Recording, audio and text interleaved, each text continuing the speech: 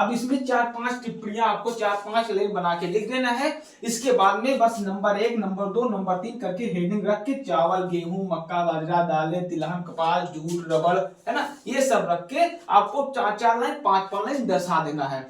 तो आइए दोस्तों, आज हम लेकर आए आप लोगों के लिए सामाजिक विज्ञान। हम बात करेंगे कि हाई स्कूल में सामाजिक विज्ञान का जो पेपर होगा वो कैसे होगा, जो लॉन्ग क्वेश्चन होंगे उनको हम कैसे लिखेंगे। तो आइए ज्यादा बात नहीं करते हुए हम डायरेक्ट मुद्दे पे आते हैं। मान लीजिए सामाजिक विज्ञान हमने आपको बताया कक्षा 10, ठीक।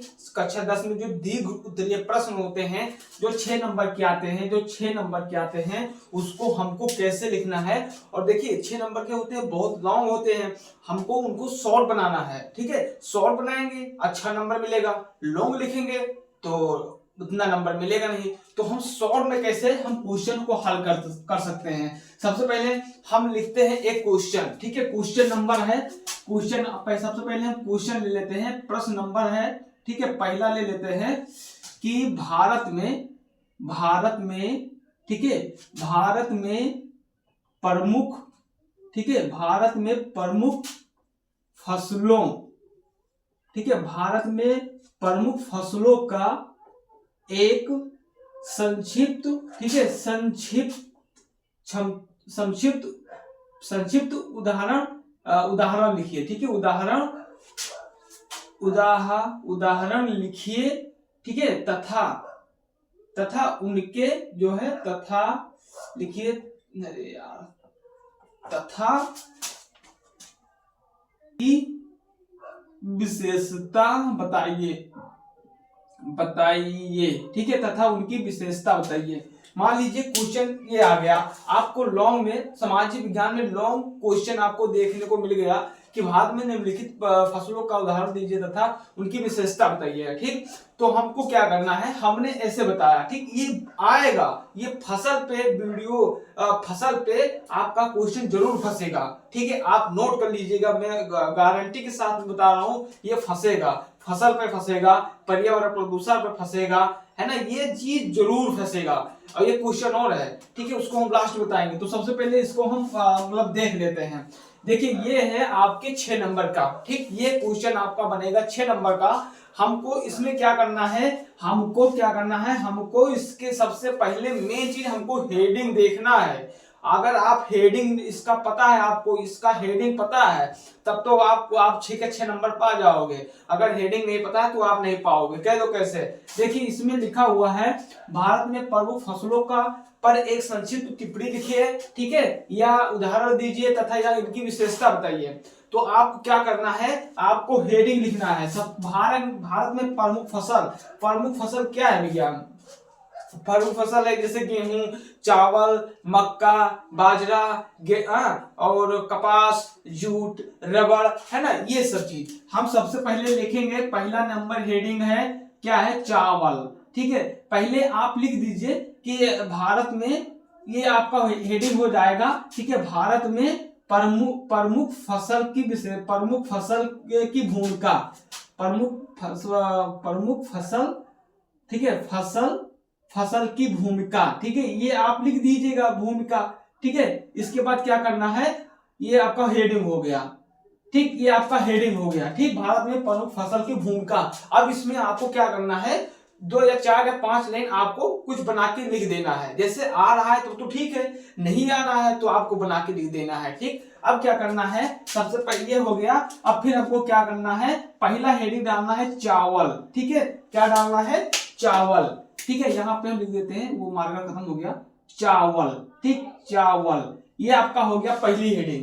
इसके बारे में आपको क्या करना है, 2 या 5-6 लाइन, जो आपका जितना आपको जितना नॉलेज है उतना आप चावल के बारे में लिख दीजिए कि उत्तर प्रदेश में चावल मतलब कैसे होता है, कहाँ होता है, सबसे ज्यादा उपजाऊ देश कहाँ है ना, ये किस मिट्टी में होता है, आपको इसको लिख देना है। इसके बाद में है दूसरा है, क्या है दूसरा, आप लिख दीजिए गेहूं, ठीक है, गेहूं। इसमें आपको लिखना है हमारे उत्तर प्रदेश में या हमारे भारत देश में गेहूं का सबसे बड़ा उत्पादक राज्य कौन सा है, ये किस मिट्टी में होता है ना। ऐसे करके आपको बना के लिख देना है 5-6 लाइन।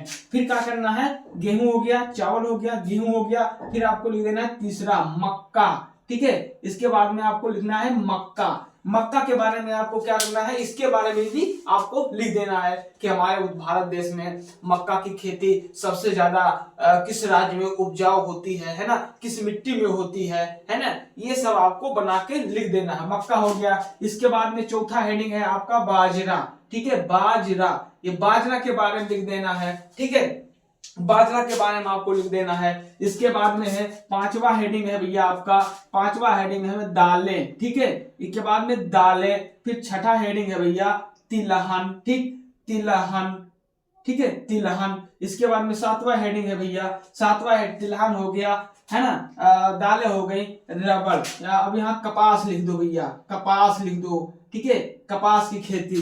फिर है आठवां हेडिंग है जूट की खेती, ठीक है भैया, जूट की खेती। इसके बाद में नौवां हेडिंग भैया रबड़ की खेती। भैया भारत में रबड़ की खेती सबसे ज्यादा कहाँ होती है। इसके बाद में भैया 9 हो गया। 10वां हेडिंग हो गया भैया चाय पत्ती की खेती भैया, ठीक है, चाय पत्ती, ठीक है, चाय पत्ती की खेती, है ना, ये आपका हो गया। फिर 11वां लिख देना है 11वां, ये चाय पत्ती हो गया, है ना, कपास हो गया, रबड़ हो गया, मतलब 11वां आप अपने हिसाब से बना लीजिएगा, ठीक। हमने आपको बता दिया भारत में प्रमुख फसलों का पर संक्षिप्त टिप्पणी लिखिए। अगर ये आ गया भैया, मान लीजिए ये 6 नंबर का है, तो मैं आपसे वादा करता हूँ भैया, अगर आपने ऐसे लिख दिया चावल, गेहूं, मक्का, बाजरा, दालें, तिलहन, कपास, जूट, रबड़, है ना, चाय पत्ती, है ना, और बहुत सारे फसलें हैं, आपको बना बना के लिख देना है। अगर 6 नंबर का है तो आप 10 हेडिंग कर दोगे भैया, मैं गारंटी के हिसाब से बता रहा हूँ आपका नंबर नहीं कटेगा,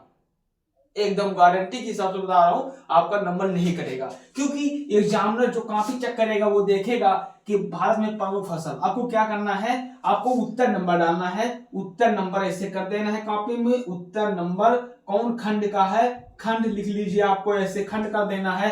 खंड किसका है, मान लीजिए कि सा का है तो सा कर दिए हम। कौन सा प्रश्न है, पहला प्रश्न है, तो आपको ऐसे करके ऐसे कर देना है, बस उत्तर नंबर खंड सा का पहला सवाल, ठीक, ये आपका हो गया। बस क्या करना है, यहाँ पे आपको रख देना है भारत में, ठीक है, भारत में प्रमुख फसल, ठीक है, यहाँ पे लिख दीजिए भारत में प्रमुख फसल की भूमिका, ये आपका हो गया भैया, ये आपका हेडिंग हो गया। बस इसके बाद में प्रमुख फसल की भूमिका, अब इसमें 4-5 टिप्पणियां आपको 4-5 लाइन बना के लिख देना है। इसके बाद में बस नंबर 1, नंबर 2, नंबर 3 करके हेडिंग रख के चावल, गेहूं, मक्का, बाजरा, दालें, तिलहन, कपास, जूट, रबड़, है ना, ये सब रख के आपको 4-4 लाइन 5-5 लाइन दर्शा देना है। मैं 100% गारंटी के हिसाब से बता रहा हूं भैया, एकदम नंबर छप जाएगा। क्योंकि एग्जामिनर देखेगा आपका स्केच, हेडिंग नीचे नहीं देखेगा कि आप क्या लिखे हो, आपका हेडिंग क्या है, भारत में प्रमुख फसल में देखेगा ही, भारत में प्रमुख फसल की भूमिका, ठीक है, हेडिंग सही है, ये लो नंबर। ये चावल, ये भी है, राइट हमारा चला गया झमझम, है ना। अगर आपका स्केच सही है, अच्छी रेटिंग है, नंबर छाप दोगे आप, एकदम नंबर छाप दोगे, ठीक है। अगर नंबर लाना है तो आपको ऐसे स्केच पता करना है, ठीक। ये रहा आपका दीर्घ उत्तरीय प्रश्न सामाजिक विज्ञान में, ज्यादा सॉल्व बनाओ। अगर लॉन्ग लिखोगे तो नहीं चलेगा। देखिए क्या होगा, क्या होता है आजकल, जैसे मान लीजिए आप कोई काम करते हैं कहीं पे, इंस्टाग्राम, फेसबुक पे, तो अक्सर होगा, है ना, बहुत सारे लोग होते हैं। तो क्या होता है ना कि मान लीजिए अगर हम 5 मिनट का वीडियो बना देते हैं, 10 मिनट का वीडियो बना देते हैं, है ना, तो उसको इतना लोग पसंद नहीं करेंगे। अगर वो आप 9 सेकंड का, 5 सेकंड का, 2 सेकंड का, है ना, 2 सेकंड का तो वीडियो होता ही नहीं है, 9 सेकंड का, 10 सेकंड का, 15 सेकंड का वीडियो अगर बना के डाल दो तो एकदम मिलियन चला जाता है। और लॉन्ग वीडियो किसको नहीं देखता, है ना। तो वही चीज है भैया, आप जितना शॉर्ट बनाओगे कॉपी में, हाई स्कूल में, उतना नंबर पाओगे, ठीक।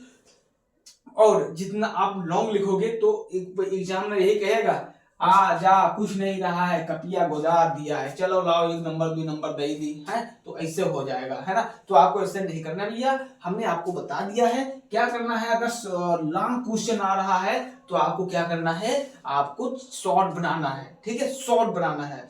और सबसे ज्यादा ध्यान भैया ये देना है कि एक एक नंबर वाले क्वेश्चन एकदम रट डालो मेरे भाई, एकदम अपने जुबान पर बैठा लो। क्योंकि देखिए भैया क्या होता है, जो एक एक नंबर वाले क्वेश्चन होते हैं ना, जो एक एक नंबर वाले क्वेश्चन होते हैं ये आपके परसेंटेज बनाते हैं, परसेंटेज बनाते हैं। और ये जो ये लॉन्ग क्वेश्चन होते हैं ना, इसमें आप गलत लिख दोगे तब वो आपको नंबर 2 या 3 4 नंबर मिल जाएगा। अगर गलत लिखोगे तब भी आपको 2 नंबर 3 नंबर मिल जाएगा, है ना। अगर आप एक एक नंबर वाले रट लेते हो तो वो आपके परसेंटेज बनाते हैं, है ना। ये हो गया। इसके बाद में एक चीज और, फ्रांस की क्रांति थी, ये जरूर याद करना। फ्रांस की क्रांति थी और महात्मा गांधी आंदोलन, है ना, चिपको आंदोलन, ये जरूर क्वेश्चन आएगा, मैं गारंटी के साथ बता रहा हूँ, ये जरूर आएगा। फिर जर्मनी, है ना, जर्मनी और ये सब, फ्रांस, इसके बारे में क्वेश्चन पार्ट 1 का है, जरूर रिपीट करिएगा, है ना। तो ये सब चीज भैया ऐसा क्वेश्चन आपको लिखना है, ठीक। अब हमने आपको ये बता दिया है, अब हम कल लेकर आएंगे कोई बढ़िया सा टॉपिक, मस्त टॉपिक आपके सामने, ठीक है। उसको भी हम समझा देंगे कैसे हमको शॉर्ट में बनाना है। आप जितना शॉर्ट बनाओगे आपके लिए उतना ही फायदा होगा, ठीक। तो चलिए आज के वीडियो में बस इतना ही, हम मिलते हैं कल वाले वीडियो में एक मस्त टॉपिक के साथ में। तब तक के लिए मुझे दीजिए इजाजत। जय हिंद, जय भारत।